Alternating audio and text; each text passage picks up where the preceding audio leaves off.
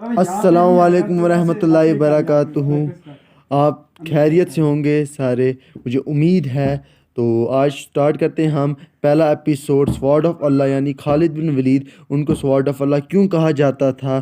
تو آج آپ اس ویڈیو کو دیکھیں، یہ پہلا ایپیسوڈ ہے تو آپ کو خود پتہ چل جائے گا انہیں سوارڈ آف اللہ کیوں کہا جاتا تھا۔ چلو شروع کرتے ہیں ویڈیو شروع کرنے سے پہلے چینل کو سبسکرائب، لائک اور شیئر کریں۔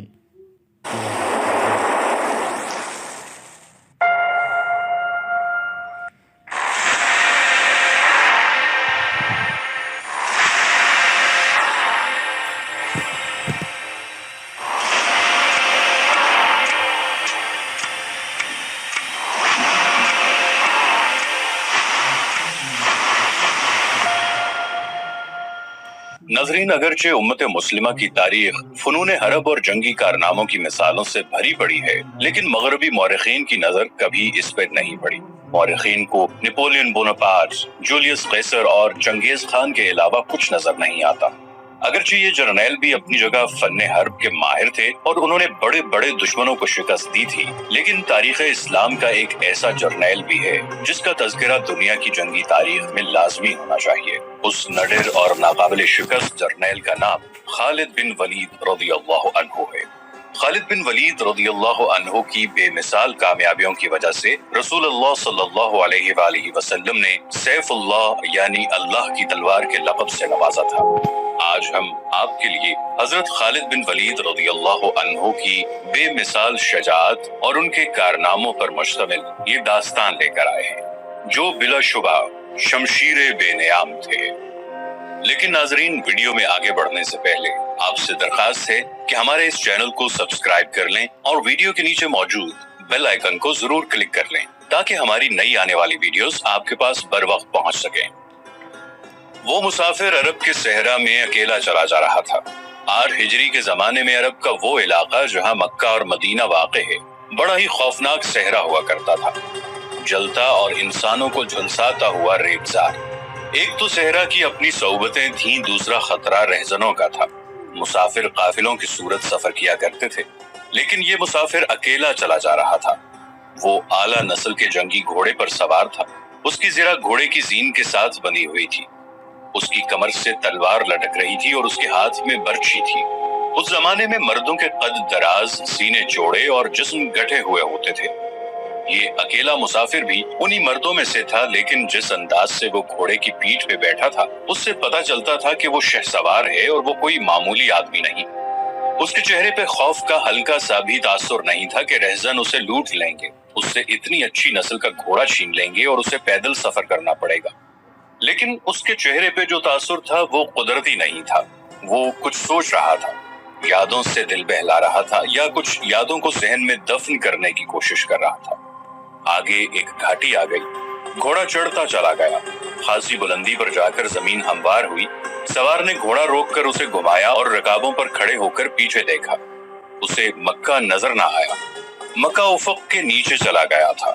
ابو سلیمان، اسے جیسے آواز سنائی دی ہو، اب پیچھے نہ دیکھو، مکہ کو ذہن سے اتار دو، تم مرد میدان ہو، اپنے آپ کو 2 حصوں میں نہ کٹنے دو، اپنے فیصلے پر قائم رہو، تمہاری منزل مدینہ ہے۔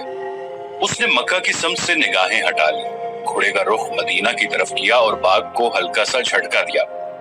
گھوڑا اپنے سوار کے اشارے سمجھتا تھا، نبی تلی چال چل پڑا۔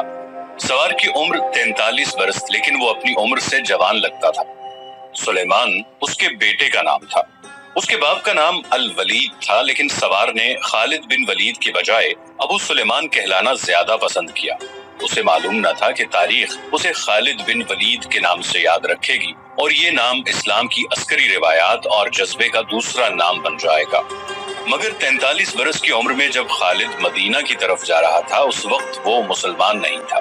چھوٹی چھوٹی جھڑپوں کے علاوہ وہ مسلمانوں کے خلاف 2 بڑی جنگیں، جنگ احد اور جنگ خندق لڑ چکا تھا۔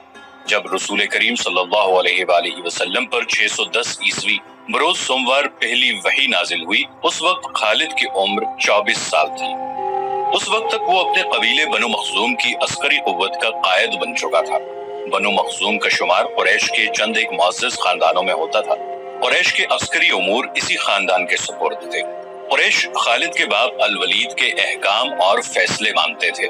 24 برس کی عمر میں یہ حیثیت خالد کو بھی حاصل ہو گئی تھی، مگر اس حیثیت کو ٹھکرا کر خالد ابو سلیمان مدینے کو جا رہا تھا۔ وہ محسوس کرتا جیسے اس کی ذات سے کوئی قوت اسے پیچھے کو گھسیٹ رہی ہو۔ جب وہ اس قوت کے اثر کو محسوس کرتا تو اس کی گردن پیچھے کو مڑ جاتی، لیکن اس کی اپنی ذات سے ایک آواز اٹھتی، آگے دیکھ خالد، تو ولید کا بیٹا تو ہے لیکن وہ مر گیا ہے، اب تو سلیمان کا باپ ہے، وہ زندہ ہے۔ اس کے ذہن میں دو نام اٹک گئے، محمد رسول اللہ صلی اللہ علیہ وآلہ وسلم جو ایک نیا دین لے کر آئے تھے، اور الولید جو خالد کا باپ اور آپ صلی اللہ علیہ وآلہ وسلم کے نئے دین کا بہت بڑا دشمن تھا۔ باپ یہ دشمنی ورثے کے طور پر خالد کے حوالے کر کے دنیا سے اٹھ گیا تھا۔ خالد کے گھوڑے نے پانی کی مشک پر اپنے آپ ہی رخ بدل لیا تھا۔ خالد نے ادھر ادھر دیکھا، اسے گول دائرے میں کھجوروں کے درخت اور صحرا کے جھاڑی نما درخت نظر آئے۔ گھوڑا ادھر ہی جا رہا تھا۔ نخلستان میں داخل ہو کر خالد گھوڑے سے کود گیا۔ امامہ اتار کر وہ پانی کے کنارے دوزانوں ہو گیا۔ اس نے پانی چلو بھر بھر کر اپنے سر پر ڈالا اور 2-4 چھینٹے منہ پر پھینکے۔ اس کا گھوڑا پانی پی رہا تھا۔ خالد نے اس چشمے سے پانی پیا جو صرف انسانوں کے استعمال کے لیے تھا۔ یہ ایک چھوٹا سا جنگل تھا۔ خالد نے گھوڑے کی زین اتاری اور زین کے ساتھ بندھی ہوئی چھوٹی سی ایک دری کھول کر جھاڑی نما درختوں کے جھنڈ تلے بچھائی اور لیٹ گیا۔ وہ تھک گیا تھا، تھوڑی دیر کے لیے سو جانا چاہتا تھا، مگر اس کے ذہن میں یادوں کا جو قافلہ چل پڑا تھا وہ اسے سونے نہیں دے رہا تھا۔ اسے 7 سال پہلے کا ایک دن یاد آیا جب اس کے عزیزوں نے محمد رسول اللہ صلی اللہ علیہ وآلہ وسلم کو قتل کرنے کا منصوبہ بنایا تھا۔ اس منصوبے میں خالد کا باپ الولید پیش تھا۔ وہ ستمبر 622 عیسوی کی ایک رات تھی۔ قریش نے رسول خدا صلی اللہ علیہ وآلہ وسلم کو سوتے میں قتل کرنے کے لیے ایسے آدمی چنے تھے جو انسانوں کے روپ میں وحشی اور درندے تھے۔ خالد قریش کے سرکردہ خاندان کا جوان تھا۔ اس وقت اس کی عمر 27 سال تھی۔ وہ حضور صلی اللہ علیہ وآلہ وسلم کے قتل کی سازش میں شریک تھا، لیکن وہ قتل کیے جانے والوں کے گروہ میں شامل نہیں تھا۔ اسے 7 سال پہلے کی وہ رات گزرے ہوئے کل کی طرح یاد تھی۔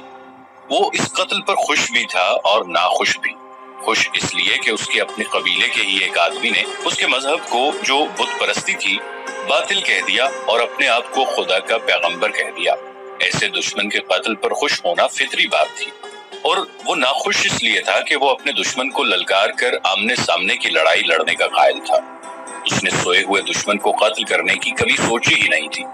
بہرحال اس نے اس سازش کی مخالفت نہیں کی، لیکن قتل کی رات جب قاتل رسول خدا کو مقررہ وقت پر قتل کرنے گئے تو آپ صلی اللہ علیہ وآلہ وسلم کا مکان خالی تھا۔ وہاں گھر کا سامان بھی نہیں تھا، نہ آپ صلی اللہ علیہ وآلہ وسلم کا گھوڑا تھا، نہ اونٹنی۔ قریش اس امید پر سوئے ہوئے تھے کہ صبح انہیں خوشخبری ملے گی کہ ان کے مذہب کو جھٹلانے اور انہیں اپنے نئے مذہب کی طرف بلانے والا قتل ہو گیا ہے، مگر صبح وہ ایک دوسرے کو مایوسی کے عالم میں دیکھ رہے تھے۔ پھر وہ سرگوشیوں میں ایک دوسرے سے پوچھنے لگے، محمد کہاں گیا؟ رسول خدا صلی اللہ علیہ وآلہ وسلم قتل کے وقت سے بہت پہلے اپنے قتل کی سازش سے آگاہ ہو کر یثرب یعنی مدینہ کو ہجرت کر گئے تھے۔ صبح تک آپ صلی اللہ علیہ وآلہ وسلم بہت دور نکل گئے تھے۔ خالد کے ذہن سے یادیں پھوٹتی چلی آ رہی تھی۔ ذہن پیچھے ہی پیچھے ہٹتے ہٹتے 16 برس دور جا نکلا۔ 613 عیسوی کی ایک شام رسول کریم صلی اللہ علیہ وآلہ وسلم نے قریش کے چند ایک سرکردہ افراد کو اپنے ہاں کھانے پر مدعو کیا۔ کھانے کے بعد رسول کریم صلی اللہ علیہ وآلہ وسلم نے اپنے مہمانوں سے کہا، اے بنی عبد المطلب، میں تمہارے سامنے جو تحفہ پیش کرنے لگا ہوں وہ عرب کا کوئی اور شخص پیش نہیں کر سکتا، اس لیے کہ اللہ نے مجھے منتخب کیا ہے۔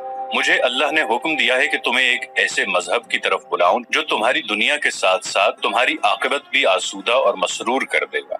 اس طرح رسول خدا صلی اللہ علیہ وآلہ وسلم نے پہلی وحی کے نزول کے 3 سال بعد اپنے قریبی عزیزوں کو اسلام قبول کرنے کی دعوت دی۔ خالد اس محفل میں نہیں تھا، اس کا باپ مدعو تھا۔ اس نے خالد کو مذاق اڑانے کے انداز میں بتایا کہ عبد المطلب کے پوتے محمد صلی اللہ علیہ وآلہ وسلم نے کہا ہے کہ وہ اللہ کا بھیجا ہوا نبی ہے۔ ہم جانتے ہیں کہ عبد المطلب قریش کا ایک سردار تھا۔ الولید نے اپنے بیٹے خالد سے کہا، بے شک محمد کا خاندان اعلیٰ حیثیت رکھتا ہے، لیکن نبوت کا دعویٰ اس خاندان کا کوئی فرد کیوں کرے؟ اللہ کی قسم اور حبل اور عزا کی، میرے خاندان کا رتبہ کسی سے کم نہیں، کیا نبوت کا دعویٰ کر کے کوئی ہم سے اونچا ہو سکتا ہے؟ آپ نے اسے کیا کہا ہے؟ خالد نے پوچھا۔ پہلے تو ہم چپ ہو گئے، پھر ہم سب ہنس پڑے، الولید نے کہا، لیکن محمد کے چچا زاد بھائی علی نے محمد کی نبوت کو قبول کر لیا ہے۔ خالد اپنے باپ کی طنزیہ ہنسی کو بھولا نہیں تھا۔ خالد کو 629 عیسوی کے ایک روز مکہ اور مدینہ کے راستے میں ایک نخلستان میں لیٹے ہوئے وہ وقت یاد آ رہا تھا۔ رسول اللہ صلی اللہ علیہ وآلہ وسلم جن کی نبوت کو قریش کے سردار قبول نہیں کر رہے تھے، اس نبوت کو لوگ قبول کرتے چلے جا رہے تھے۔ ان میں اکثریت نوجوانوں کی تھی، بعض مفلس لوگوں نے بھی اسلام قبول کر لیا۔ اس سے نبی کریم صلی اللہ علیہ وآلہ وسلم کے حوصلے میں جان آ گئی اور آپ صلی اللہ علیہ وآلہ وسلم نے اسلام کی تبلیغ تیز کر دی۔ آپ صلی اللہ علیہ وآلہ وسلم بت پرستی کے خلاف تھے۔ مسلمان ان 360 بتوں کا مذاق اڑاتے تھے جو کعبے کے اندر اور باہر رکھے ہوئے تھے۔ طلوع اسلام سے پہلے عرب ایک خدا کو مانتے تھے اور پوجتے ان بتوں کو تھے۔ انہیں وہ دیویاں اور دیوتا کہا کرتے تھے اور انہیں اللہ کے بیٹے اور بیٹیاں مانتے تھے۔ وہ ہر بات میں اللہ کی قسم کھاتے تھے۔ قریش نے دیکھا کہ محمد صلی اللہ علیہ وآلہ وسلم کے جس دین کا انہوں نے مذاق اڑایا تھا وہ مقبول ہوتا جا رہا ہے، تو انہوں نے آپ صلی اللہ علیہ وآلہ وسلم کی تبلیغی سرگرمیوں کے خلاف محاذ بنا لیا اور مسلمانوں کا جینا حرام کر دیا۔ خالد کو یاد آ رہا تھا کہ اس نے اللہ کے رسول صلی اللہ علیہ وآلہ وسلم کو گلیوں اور بازاروں میں لوگوں کو اکٹھا کر کے انہیں اسلام قبول کرنے کی دعوت دیتے اور بتاتے دیکھا تھا کہ بت انہیں نہ فائدہ دے سکتے ہیں نہ نقصان۔ عبادت کے لائق صرف اللہ ہے جو وحدہ لا شریک ہے۔ رسول خدا صلی اللہ علیہ وآلہ وسلم کی مخالفت کے قائد قریش کے 4 سردار تھے۔ ایک تو خالد کا باپ الولید تھا، دوسرا نبی کریم صلی اللہ علیہ وآلہ وسلم کا اپنا چچا ابو لہب تھا، تیسرا ابو سفیان اور چوتھا ابو الحکم تھا جو خالد کا چچا زاد بھائی تھا۔ مسلمانوں پر سب سے زیادہ ظلم و تشدد اسی شخص نے کیا تھا۔ وہ جہالت کی حد تک کینہ پرور اور مسلم کش تھا، اسی لیے مسلمان اسے ابو جہل کہنے لگے تھے۔ یہ نام اتنا عام ہوا کہ لوگ جیسے اس کا اصل نام ہی بھول گئے ہوں۔ تاریخ نے بھی اس پستہ قد، بھینگے اور لوہے کی طرح مضبوط آدمی کو ابو جہل کے نام سے ہی یاد رکھا ہے۔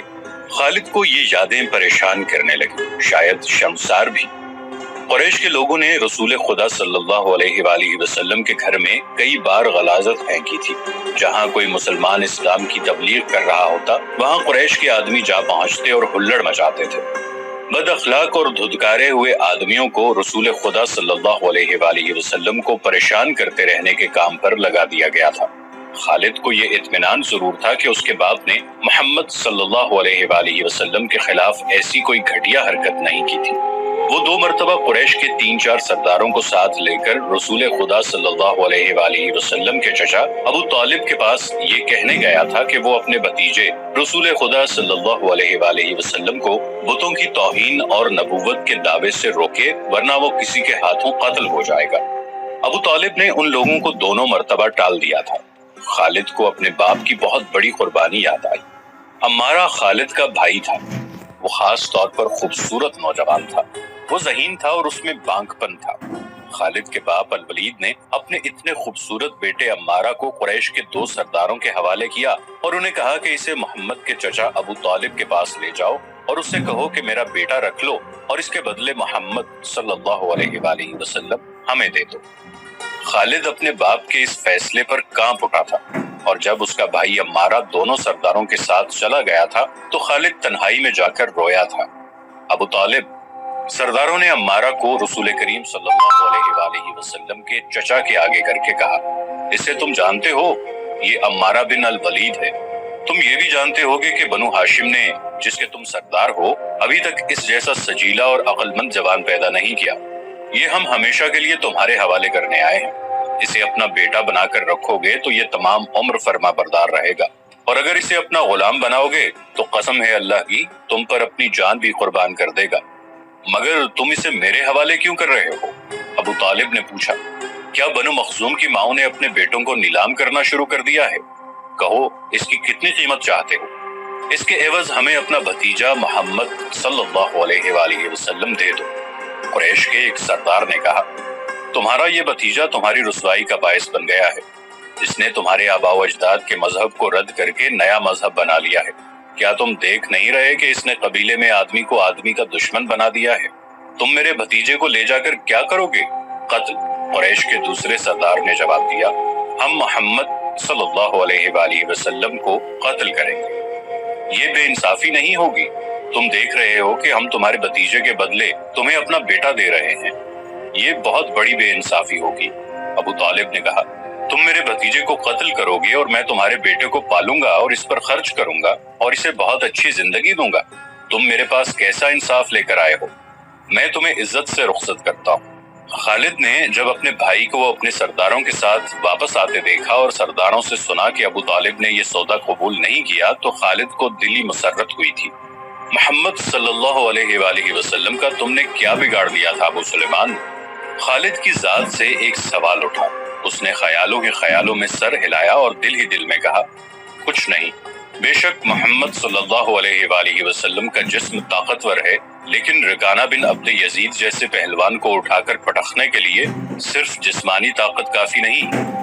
رکانہ بن عبد یزید رسول کریم صلی اللہ علیہ وآلہ وسلم کا چچا تھا جس نے اسلام قبول نہیں کیا تھا۔ یہ عرب کا مانا ہوا پہلوان تھا۔ نامی گرامی پہلوان آئے جنہیں اس نے ایک ہی داؤ میں پٹک کر اٹھنے کے قابل نہ چھوڑا۔ وہ وحشی انسان تھا، صرف لڑنا مارنا جانتا تھا۔ خالد کو وہ وقت یاد آنے لگا جب مسلمانوں کو دکھ کرنے والے 3-4 آدمیوں نے ایک دن رکانہ پہلوان کو خوب کھلایا پلایا اور اس سے کہا کہ تمہارا بھتیجا محمد صلی اللہ علیہ وآلہ وسلم کسی کے ہاتھ نہیں آتا، نہ اپنی تبلیغ سے باز آتا ہے، نہ کسی سے ڈرتا ہے، اور لوگ اس کی باتوں کے جادو میں آتے چلے جا رہے ہیں۔ کیا تم اسے سیدھا نہیں کر سکتے؟ کیا تم میرے ہاتھوں اس کی ہڈیاں توڑوانا چاہتے ہو؟ رکانہ نے اپنے چہرے پر مست بحثے کا تاثر پیدا کر کے تکبر کے لہجے میں کہا تھا، لاؤ اسے میرے مقابلے پہ، لیکن وہ میرا نام سن کر مکہ سے بھاگ جائے گا۔ نہیں، میں اس کے ساتھ لڑنا اپنی توہین سمجھتا ہوں۔ اس نے اکسانے والے آدمیوں کی بات نہ مانی۔ وہ کسی پہلوان کو اپنے برابر سمجھتا ہی نہیں تھا۔ مسلمانوں کے دشمن خاموش ہو گئے، لیکن سوچتے رہے کہ رسول خدا صلی اللہ علیہ وآلہ وسلم کو رکانہ کے ہاتھوں گرا کر آپ صلی اللہ علیہ وآلہ وسلم کا تماشا بنایا جائے۔ مکہ کے یہودی خاص طور پر رسول کریم صلی اللہ علیہ وآلہ وسلم کے دشمن تھے، لیکن وہ کھل کر میدان میں نہیں آتے تھے۔ وہ خوش تھے کہ اہل قریش آپس میں بٹ کر ایک دوسرے کے دشمن ہو گئے ہیں۔ انہیں پتہ چل گیا کہ قریش کے کچھ آدمیوں نے رکانہ پہلوان کو اکسایا ہے کہ وہ رسول خدا صلی اللہ علیہ وآلہ وسلم کو کشتی کے لیے للکارے، لیکن وہ نہیں مان رہا تھا۔ ایک روز رکانہ رات کے وقت ایک گلی سے گزر رہا تھا کہ اس کے قریب سے ایک بڑی حسین اور جوان لڑکی گزری۔ چاندنی رات میں لڑکی نے رکانہ کو پہچان لیا اور مسکرائی۔ رکانہ وحشی تھا، وہ رک گیا اور لڑکی کا راستہ روک لیا۔ کیا تم جانتی ہو کہ عورت مرد کی طرف دیکھ کر مسکراتی ہے تو اس کا مطلب کیا ہوتا ہے؟ رکانہ پہلوان نے پوچھا۔ کون ہو تم؟ اس کا مطلب یہ ہوتا ہے کہ عورت اس مرد کو چاہتی ہے۔ اس جوان لڑکی نے جواب دیا، میں سبت بنت ارمن ہوں۔